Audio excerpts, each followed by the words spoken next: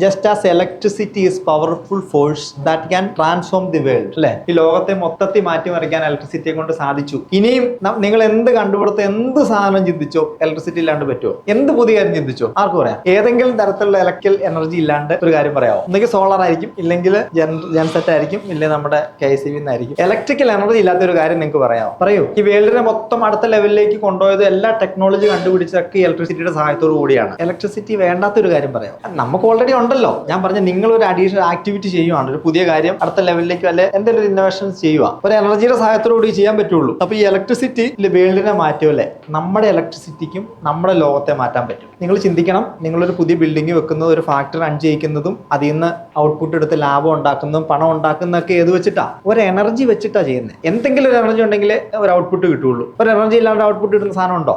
ഒരു എനർജി ഉപയോഗിച്ചേ പറ്റുള്ളൂ. അതേ സെയിം എനർജി നമ്മുടെ ഉള്ളിലും ഉണ്ട്. അപ്പൊ നമ്മുടെ ഈ ഇലക്ട്രിസിറ്റി ഉപയോഗിച്ച് നമ്മുടെ ഈ ലോകത്തിലെ കാര്യങ്ങൾ മാറ്റിയപോലെ നമ്മുടെ ലോകവും നമ്മുടെ പുറത്തെ ലോകവും എന്ത് ചെയ്യാൻ പറ്റും? മാറ്റാൻ പറ്റും. Our own determination and hard work can transform our lives and the thousands of life around us. നമ്മുടെ ചുറ്റിനുള്ള ആളുകളുടെ ലൈഫ് മാറ്റാനും നമുക്ക് പറ്റും. അടുത്തത്, നിങ്ങളുടെ മനസ്സിൽ നിന്ന് ഇനി കൂടുതൽ എനർജി നിങ്ങൾക്ക് പ്രൊഡ്യൂസ് ചെയ്യാൻ പറ്റും. Our mind like powerhouse able to produce and sustain the energy and motivation we need to achieve our goal. അതായത് ഇത് പവർ ഹൗസിലെ ടർബൈനാ. ഇവിടെയാണ് വന്ന് വെള്ളം വീഴുന്നത്. വെള്ളം വീണിട്ട് ഈ ടർബൈൻ കറങ്ങിയിട്ടാണ് എന്ത് ചെയ്യുന്നത്? കറണ്ട് ഉൽപ്പാദിക്കുന്നത്. അത് പവർ ഹൗസ് എന്നാണ് പറഞ്ഞത്. നമ്മൾ മലങ്കരയൊക്കെ ചെന്ന് കഴിഞ്ഞാൽ കാണാൻ പറ്റും. അപ്പം ഒരു പവർ ഹൗസിനൊരു എനർജി ഉൽപ്പാദിപ്പിക്കുന്ന പോലെ തന്നെ നിങ്ങളുടെ മനസ്സിനും എന്ത് ചെയ്യാൻ പറ്റും? നിങ്ങളെ വിജയിപ്പിക്കുന്നതിനുള്ള എനർജി ഉൽപ്പാദിപ്പിക്കാൻ പറ്റും. ഇപ്പൊ ഈ ടർബൈനിൽ എങ്ങനെയാണ്, എന്തുകൊണ്ടാണ് പവർ ഉണ്ടായത്? വെള്ളം വീണുണ്ട്. അപ്പൊ നിങ്ങളുടെ മനസ്സിൽ എനർജി ഉണ്ടാണ് എന്തൊക്കെ ചെയ്യണം?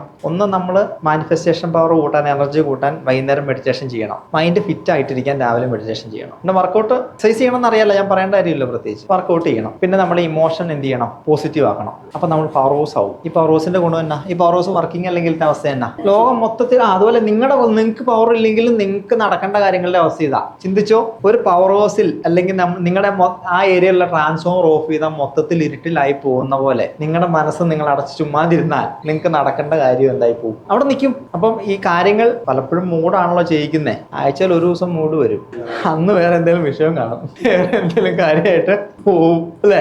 പഴയ ആഴ്ചയിൽ ഒരു ദിവസം വരുള്ളൂ എന്തെങ്കിലും കാര്യങ്ങൾ ചെയ്യാൻ വേണ്ടിയിട്ട്. അപ്പൊ നമ്മൾ മൈൻഡ് ബോർ ചെയ്യുന്നതിന്റെ പ്രധാന ഉദ്ദേശം എന്ന് പറഞ്ഞാൽ എല്ലാ ദിവസവും നമുക്ക് ആ ആഴ്ചയിൽ ഒരിക്കൽ കിട്ടിയ മൂഡുണ്ടല്ലോ, അത് എല്ലാ ദിവസവും നമുക്ക് കിട്ടിക്കുക എന്നുള്ളതാണ്. അത് എല്ലാ ദിവസവും ചെയ്യുന്നു. അപ്പൊ കൺസിസ്റ്റന്റ് ആയിട്ട് നമ്മൾ വന്നല്ലേ അത് നിർത്തുക എന്നുള്ളതാണ്. അപ്പൊ നിങ്ങൾ മനസ്സിലാക്കേണ്ടത്, നിങ്ങളുടെ ജീവിതം മാറ്റിമറിക്കാനുള്ള എനർജി പ്രൊഡ്യൂസ് ചെയ്യാനുള്ള കഴിവ് നിങ്ങൾക്കുണ്ട്. അതിനുള്ള സീക്രട്ട് പറഞ്ഞു തന്നു. ഇനി പ്രാക്ടിക്കൽ ആയിട്ടുള്ള കാര്യം പുറകെ വരുന്നു. നിങ്ങളുടെ മനസ്സെന്ന് പറയുന്നത് ഒരു സോളാർ പാനൽ പോലെയാണ്. എന്താണ് അബ്സോർവ് ചെയ്യുന്നത്? സൂര്യപ്രകാശം അബ്സോർവ് ചെയ്തിട്ട് എന്ത് തരും? മറ്റേ ഒരു എനർജിയെ കൺവേർട്ട് ചെയ്ത് മറ്റൊരു എനർജി ആക്കും. അപ്പൊ നിങ്ങൾ ചുറ്റുപാടിൽ നിന്നും പോസിറ്റീവ്, മറ്റുള്ളവരിൽ നിന്ന് പോസിറ്റീവ് കാര്യങ്ങൾ കാണുകയും കേൾക്കുന്നതിലൂടെ നിങ്ങളും ഒരു എനർജി അബ്സോർവ് ചെയ്യുക. അത് അബ്സോർവ് ചെയ്തിട്ട് എന്ത് സംഭവിക്കും? നിങ്ങളുടെ ഗോൾ അച്ചീവ് ചെയ്യാൻ നിങ്ങളെ സഹായിക്കും. ചുറ്റുപാടിൽ നിന്നുള്ള പോസിറ്റീവ് എനർജി നിങ്ങൾ ആകർഷിക്കുക. അതിനെ ഏത് എനർജി ആയിട്ട് കൺവേർട്ട് ചെയ്യണം? പോസിറ്റീവ് എടുത്താൽ നിങ്ങൾ ചിന്തിക്കുന്ന എന്ത് നടക്കുന്ന രീതിയിലേക്കായി മാറും. സോളാറിന്റെ പ്രത്യേകത എന്നാ? ഈ എനർജി പാനലിൽ പ്രൊഡ്യൂസ് ആയി അവിടെ വെച്ചോണ്ടിരിക്കുവോ, പെട്ടെന്ന് ബാറ്ററി സ്റ്റോർ ചെയ്യും, പിന്നെ നമ്മുടെ ലൈനിലേക്ക് കൊടുക്കും. ഓൺ ഗ്രിഡ് ഓഫ് ഗ്രിഡ് ഉണ്ട്. അതിന്റെ ഓഫ് ഗ്രിഡ് ആണ് ബാറ്ററിയിലേക്ക് സ്റ്റോർ ചെയ്യുന്നത്. ഓൺ ഗ്രിഡ് നേരെ ലൈനിലേക്ക് പോകും. അപ്പൊ കറണ്ട് ബില്ല് കുറയുന്ന ഒരു സംഭവം. ഇത് നിങ്ങൾ ആലോചിച്ചേ, നിങ്ങൾ കണ്ടിന്യൂസ് പോസിറ്റീവ് തന്നെ നിങ്ങൾക്ക് ഇൻപുട്ട് കിട്ടിക്കൊണ്ടിരിക്കുക. എന്ത് സംഭവിക്കും നിങ്ങളുടെ ലൈഫിന്? അല്ല, അതിന്റെ ഒരു ഔട്ട്പുട്ട് വന്നല്ലോ, റിസൾട്ട് കൂടും. റിസൾട്ട് കൂടുതലായിരിക്കും, റിസൾട്ട് ഓട്ടോമാറ്റിക് വരും. നിങ്ങൾ പിന്നെ മോട്ടിവേഷൻ ഒന്നും വേണ്ട, നിങ്ങൾക്ക് വിശ്വാസം വേണ്ട, ഫോക്കസ് വേണ്ട, ഇതൊന്നും വേണ്ടാത്ത അവസ്ഥ നിൽക്കും. അതാണ് പ്രവീൺ സാർ രാവിലെ പറഞ്ഞില്ലേ, ഒന്നും ചെയ്യാതെ അവരുടെ അവരുടെ സർക്കിൾ വേറെയാ, പോസിറ്റീവ് സർക്കിളാണ്. ചുറ്റുപാടുന്ന് കിട്ടുന്നത് പോസിറ്റീവ് എനർജി മാത്രമാണ് കിട്ടുന്നത്. അപ്പൊ അത് ഉള്ളിൽ നിങ്ങൾ വെറുതെ പോസിറ്റീവ് അബ്സോർവ് ചെയ്തുകൊണ്ടിരിക്കുക. നെഗറ്റീവ് കിട്ടുന്ന സ്ഥലത്തേക്ക് പോകരുത്. ഇനി നേരെ തിരിച്ച് രാത്രി ആയി കഴിയുമ്പോൾ എന്ത് സംഭവിക്കും? സോളാർ ഇല്ല, കാരണം ഇല്ല, ഇൻപുട്ട് തീർന്നു, പോസിറ്റീവ് ഇല്ല, ഔട്ട്പുട്ട് ഉണ്ടോ?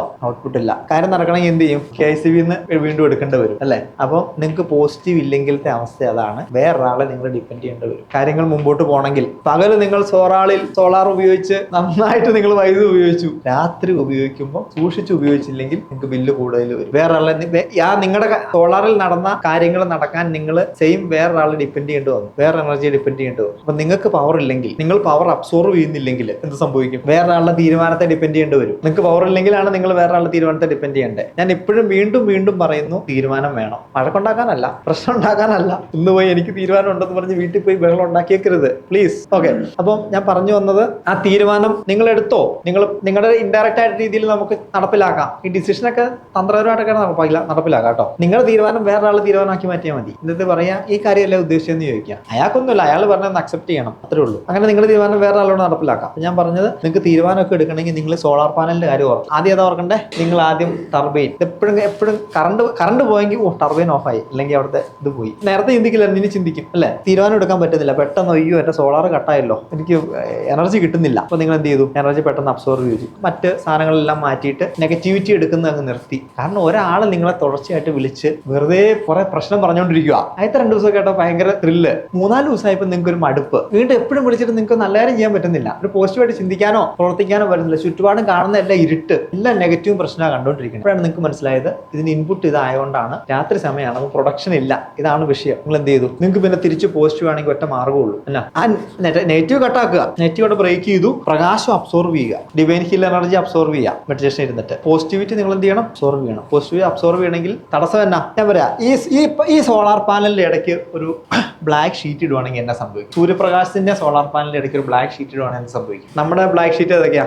റിവഞ്ച്, ദേഷ്യം, ആങ്സൈറ്റി, ഇതൊക്കെയാണ് നമ്മുടെ ബ്ലാക്ക് ഷീറ്റ്. ഈ ബ്ലാക്ക് ഷീറ്റ് വേണോ വേണ്ടോ നിങ്ങൾ തീരുമാനിക്കുക. ഓക്കെ, അടുത്ത് നമ്മുടെ മനസ്സൊരു ട്രാൻസ്ഫോമർ പോലെയാണ്. ട്രാൻസ്ഫോമറിന്റെ പ്രത്യേകത ട്രാൻസ്ഫോം ചെയ്യാം. Able to transform our own thoughts and belief align with our goal and value. അതായത് ഈ നമ്മുടെ ഒരു കാര്യം നടപ്പിലാകണമെങ്കിൽ ഈ തീർ വെച്ച് എന്താ വേണ്ടേ? നിങ്ങൾക്ക് ഒരു കാര്യം സംഭവിക്കണം. രാവിലെ പറഞ്ഞായിരുന്നു, നിങ്ങൾ ഗോൾ എഴുതി വെച്ചിട്ടില്ലേ? ആ കാര്യം നടക്കണമെങ്കിൽ എന്ത് സംഭവിക്കണം? തലവേദന നാടൻ ഭാഷയിൽ. നമ്മൾ ടെക്നിക്കലിലേക്ക് വരുമ്പോൾ ആ ഗോളിന് ആനുപാതികമായിട്ടുള്ള ഗോളിനെ കുറിച്ച് ചിന്തിക്കണം.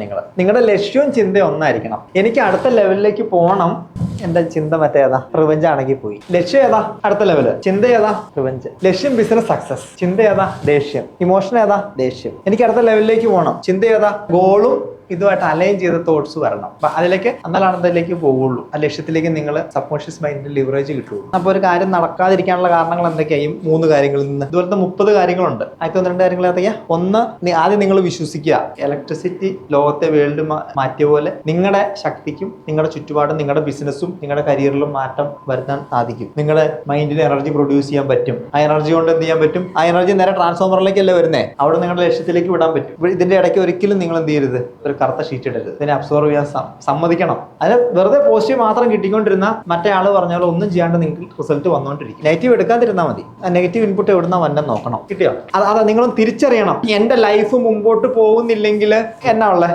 ഒരു തടസ്സം എന്ന് പറഞ്ഞാൽ നിങ്ങൾക്ക് എവിടുന്ന് നെഗറ്റീവ് ഇൻപുട്ട് കിട്ടുന്നുണ്ട്, 2 പോസിറ്റീവ് നിങ്ങളിലേക്ക് കയറുന്നില്ല. ഇതിലേതാ? ഞാൻ ചെയ്ത കാര്യങ്ങൾക്ക് റിസൾട്ട് ഇല്ല, ഞാൻ ചെയ്ത ബിസിനസ് പരാജയമാണ്, അല്ല ഞാൻ ചെയ്യുന്ന കാര്യങ്ങൾക്ക് മാറ്റം സംഭവിക്കുന്നില്ല. അപ്പൊ അതിനകത്ത് 2 കാര്യങ്ങളാണ്. ഒന്നേതാ?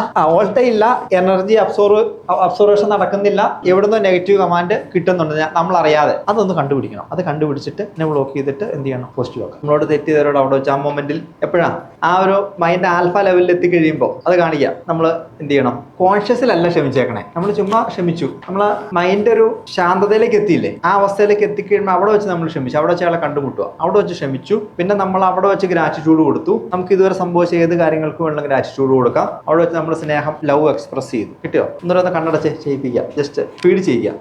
3 സ്റ്റെപ്പ് ഇതാണ്.